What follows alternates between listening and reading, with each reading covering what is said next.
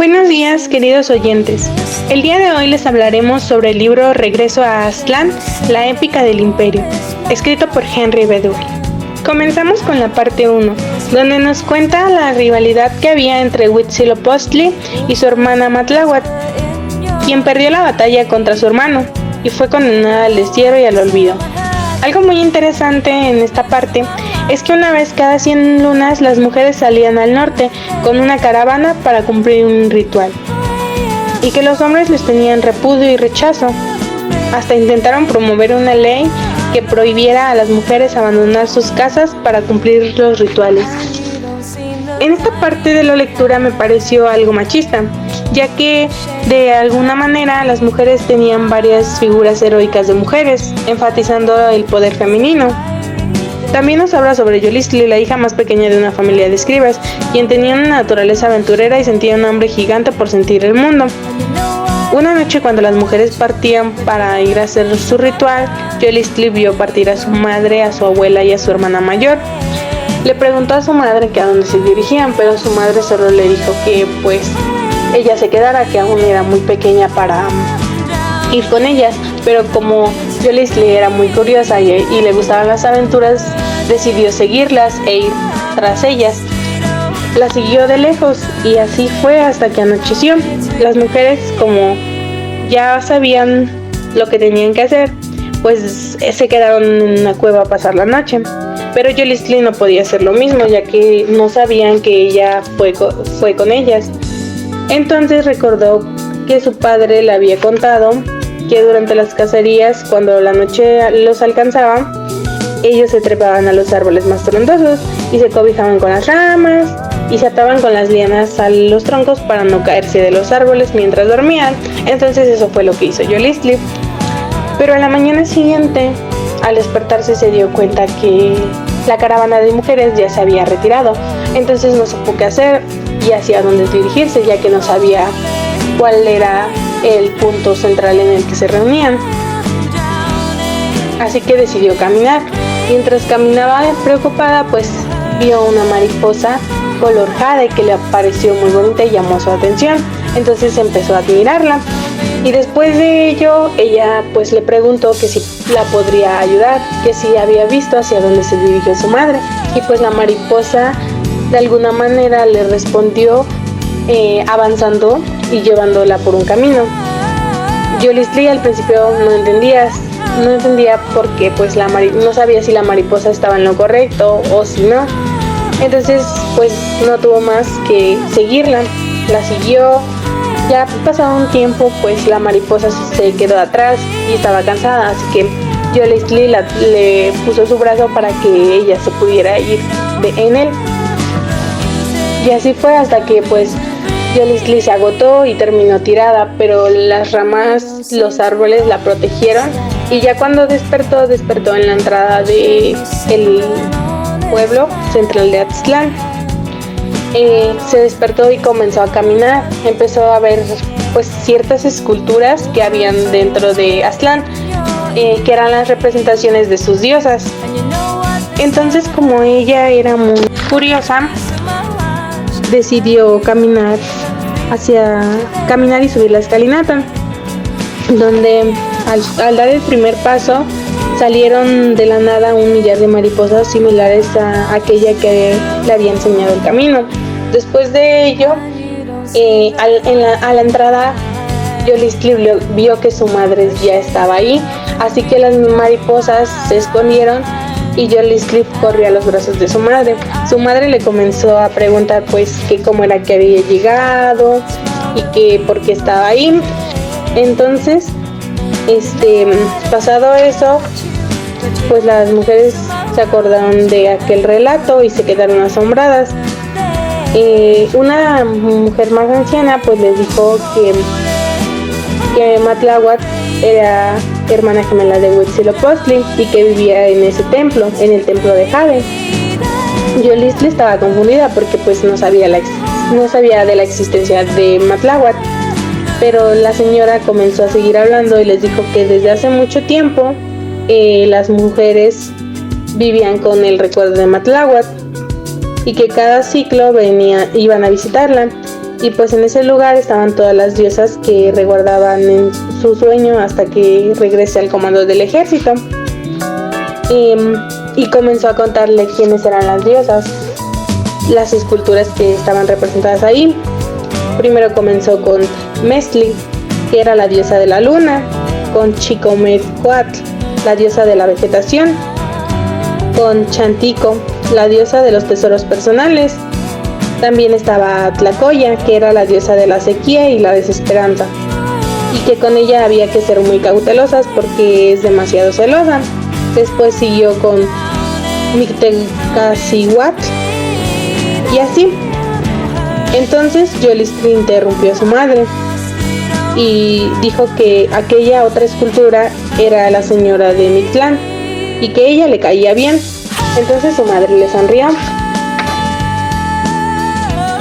Y así hasta que entonces la anciana le dijo que era Matláhuatl quien había llevado a Yolistli hacia su templo para que cuidara de las mariposas. Y así se volvió una tradición, ya que ella sí volvió a ir y las mariposas aparecieron hacia su lado dentro del templo. Después de ello el tiempo había pasado y los recursos de la zona de Aztlán se terminaron. Era el momento en el que el pueblo pues tendría que buscar un nuevo lugar donde vivir.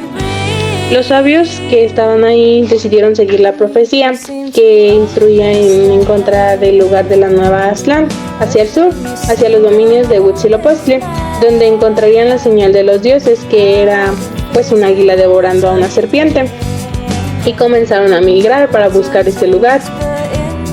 Después de ello, pues fue encontrado y decidieron ir todos hacia allá, ya que sería pues la nueva Aztlán, y que después de ello se convertiría en Tenochtitlan. En la parte 2 nos cuenta la historia de Siena, una niña que vive en el nuevo imperio, el cual ella antes vivía en el viejo Axtatlán con su madre y sus 3 hermanos.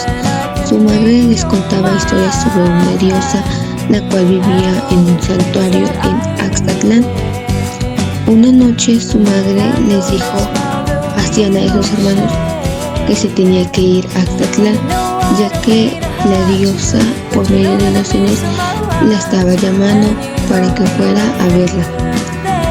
Entonces ella emprendió camino de regreso a Axtatlán, un camino que le tomó tiempo, energía y vida. Cuando llegó a la antigua ciudad estaba completamente abandonada y casi en ruinas.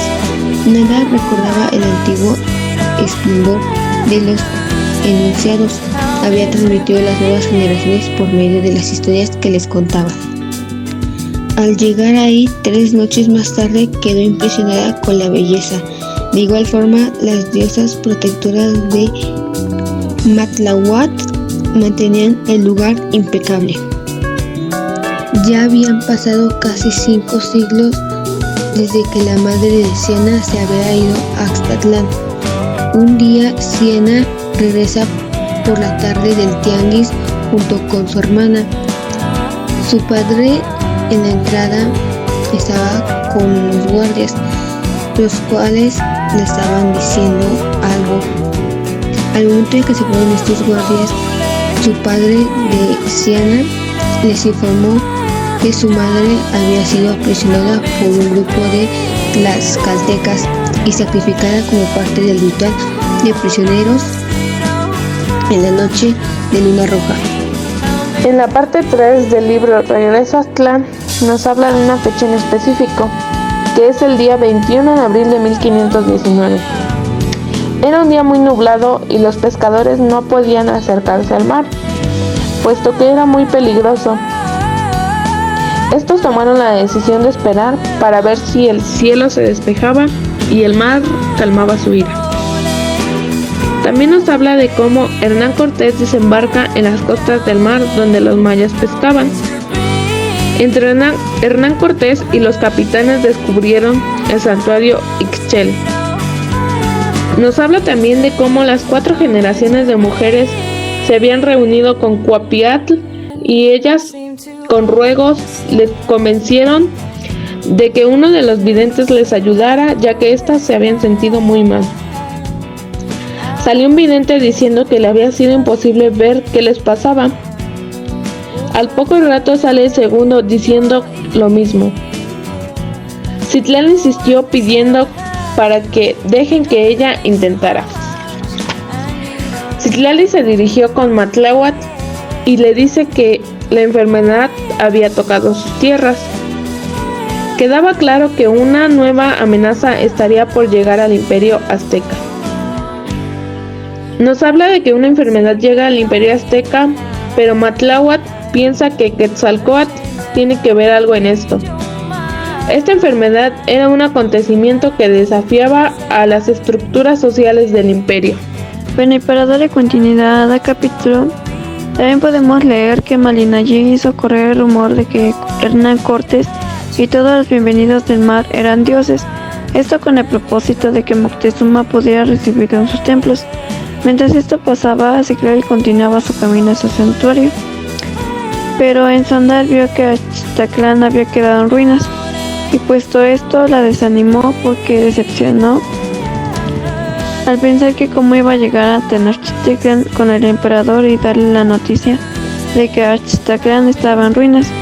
Ya cansada y triste, de pronto se le apareció una mariposa, característica de color jade y de alas grandes. Después vio que tenía unas masas a su lado, y estas las guiaron al templo de Matláhuatl, que pareciera que era un cerro. Ella contenta fue a ver el templo de Matláhuatl, pero todo estaba en ruinas. Al estar viendo los hechos, de pronto cayó a un lugar donde tenían todo lo resguardado sobre sus cosas de Matláhuatl. Parecía como una casa. Ella trató de buscar la salida, pero no la encontró. Al adentrarse a esta casa, vio que había una estatua de Macla, y Citlali hizo oración y se postró ante esta para que le ayudara a su pueblo a liberarse de Mai que se les acercaba. Pero no ocurrió nada. Desanimada observó que la figurilla de mariposa que ella llevaba era la misma que estaban otras más colocadas en una estructura como era Macla antes, pero cada una tenía una medida distinta. Entonces Citlali buscó el lugar donde quedaba su figurilla y de nuevo volvió a hacer oración y todas sus tradiciones. Al cabo de unos momentos, Macla se le pareció a Citlali y ella le dijo que sabía por lo que estaban pasando su pueblo, pero que para poder derrotar a la mala persona, su pueblo tenía que creer en Macla para que les pudiera ayudar a ella. Pero por lo mientras, les iba a ayudar a enviar a unos guerreros por si algo pasaba. Macla le dio fuerza a Citlali para que pudiera volver a Tenochtitlan y darle la noticia a su pueblo y a Moctezuma. Mientras ella se encaminaba, Moctezuma sabía que Hernán Cortés no era un dios. Entonces planeó con su pueblo de que iban a recibir a Hernán en sus tierras para cuando Hernán y su ejército sintiera confianza, ellos pudieran emboscarlos a Hernán y a su ejército. Y así pasó. Moctezuma y sus emperadores recibieron a Hernán Cortés y les estaban enseñando su zona geográfica. Pero de pronto Moctezuma y su emperador vio una mariposa con las mismas características antes mencionadas. Y ellos con esto supieron que Citlali venía en camino de regreso a Tenochtitlan. Bueno, también en nuestra parte 3 nos habla mucho de un personaje histórico que es Hernán Cortés. A pesar de que Citlali fuese nuestra protagonista, más adelante nos platica un poco de ella.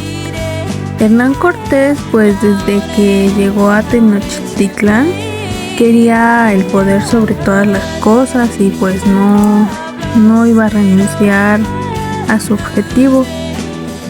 Él pues esperaría a que la ocasión se presentase, pero pues de ninguna manera estaría dispuesto a abandonar esta ciudad.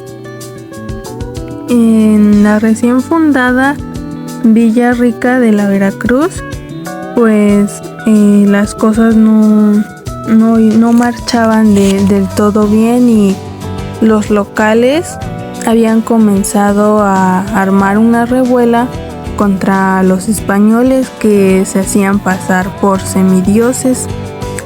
Caupopoca había convencido a muchos de los totonacas de que los españoles sí efectivamente no eran semidioses, y la viruela pues fue traída por los conquistadores.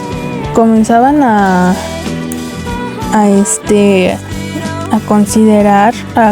considerarlo como un castigo divino, y pues los españoles, que eran nuestros conquistadores, aislaban a sus contagiados para que pues nadie pudiera ver que eran susceptibles a enfermarse, y comenzaban ellos a dudar de la lealtad de los locales. Matla, pues bueno, hubo una guerra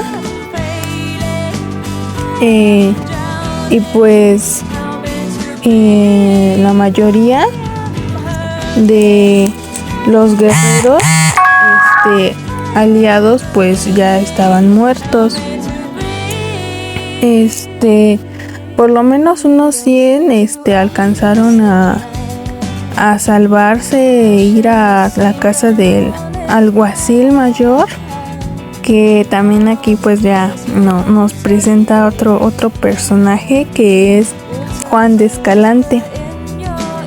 Y bueno, Caupopoca pues no era un gran estratega de guerra, y pues en eso tenían gran desventaja.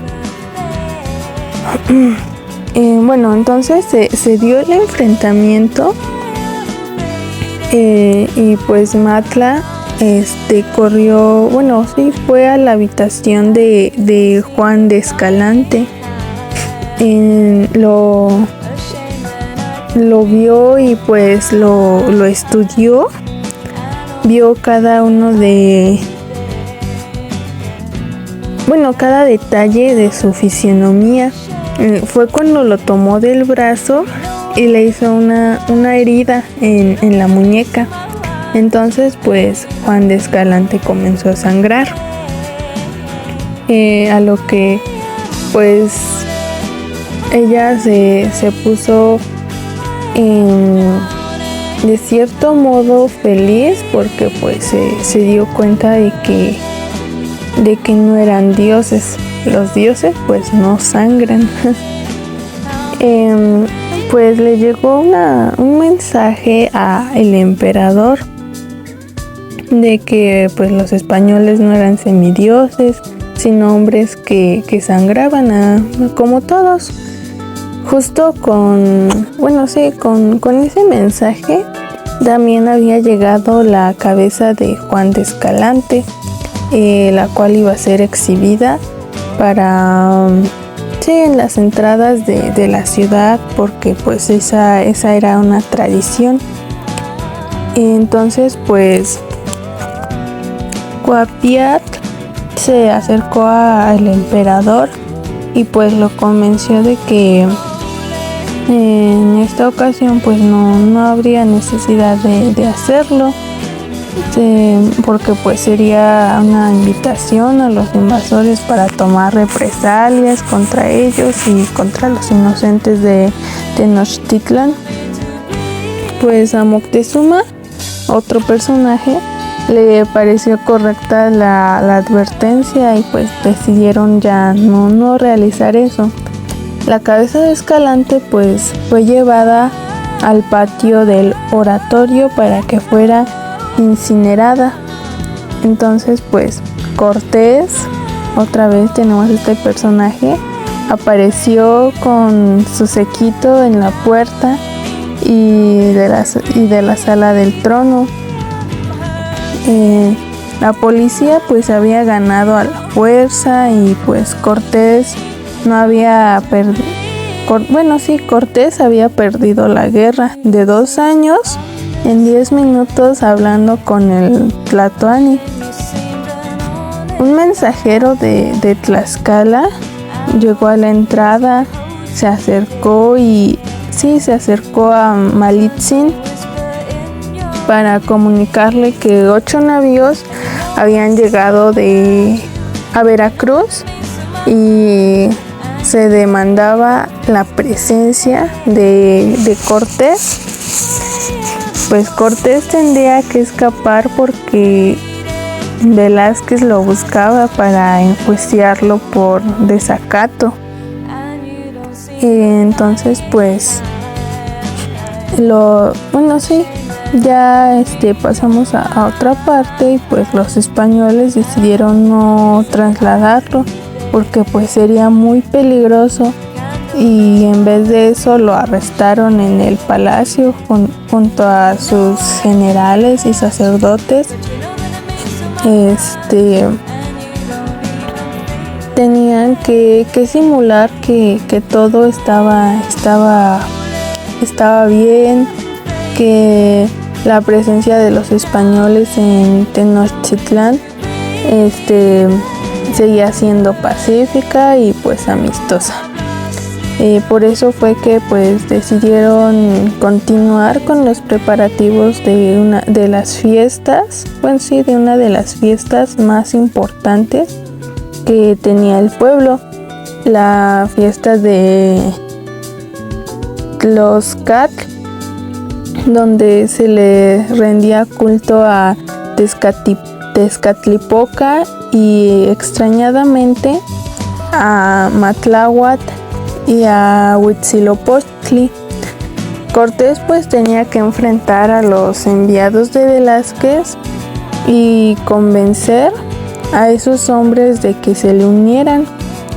Pedro Alvarado, pues otro personaje, quedaría como responsable de las fuerzas postradas en la capital del imperio. De esa forma, Cortés partió hacia Veracruz. Y aquí pues donde es la parte donde nos habla de nuestra protagonista, que por fin aparece. Citlali había casi completado pues su trayecto, estaba a menos de medio día de distancia de ver al emperador y a su familia también. Llegó a Texcoco y se percató del gran ejército que esperaba las órdenes para entrar y atacar. Estaban preparados para la guerra. Ella pues tenía que cruzar sin ser descubierta, pero pues antes de tomar la calzada fue vista por Xochicuelteca, otro personaje que es un sacerdote que traicionó a Moctezuma. Entonces pues se le hizo apresar y fue llevada ante él. El imperio estaba a punto de caer.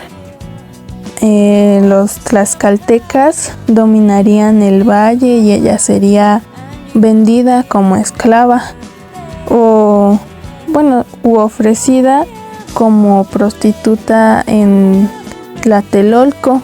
El sacerdote pues estaba emocionado e impaciente por presentarle su tributo a Xicotelcat,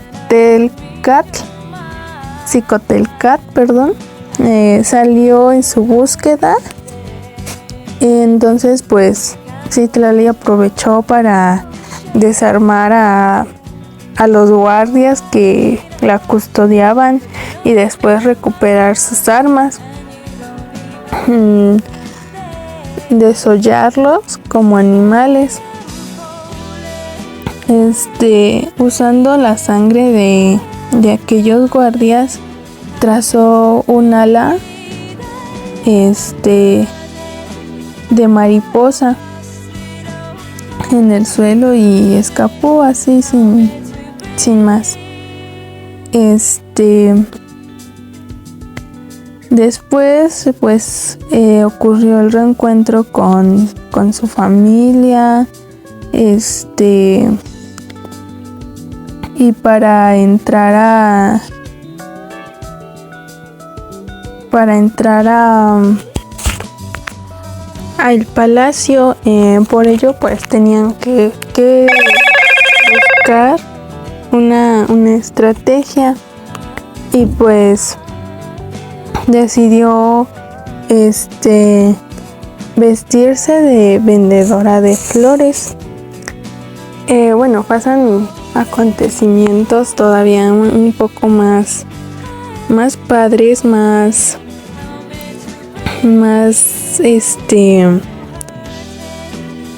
por así decirlo, más interesantes. Y con esto pues hago una invitación a que lean este libro. Y bueno, doy paso a mi siguiente compañero. Y en el capítulo 4 narra cómo Citlali, en compañía de sus guerreros, idealizan un plan para sacar a los españoles de sus tierras. Lo logran con éxito, y quiero remarcar una parte donde Moctezuma estaba capturado por los españoles y a Citlali le preocupaba que Moctezuma fuera asesinado, por lo que empiezan a buscar más opciones de un emperador, y la primera fue Cuauhtémoc, que era su hermano. Pero Cuauhtémoc decía que la diplomacia no era lo suyo y que él se sentía mucho mejor en el campo de batalla, peleando por lo que era de ellos. Y aquí me llamó mucho la atención que todos los guerreros tenían esa característica de que querían darlo todo en el campo de batalla. Y aquí se refleja mucho en Cuauhtémoc, que no quiso tomar el puesto de emperador porque quería seguir peleando. Y también Citlali,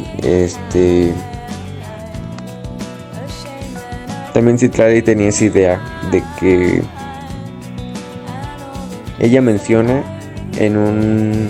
más adelante del libro que el valor y el respeto se ganaban, y que ella lucharía con sus soldados, con sus hombres, frente a ellos, dando la cara por ellos. Y muestra mucho acto de valentía y honor por parte de ella y de ellos.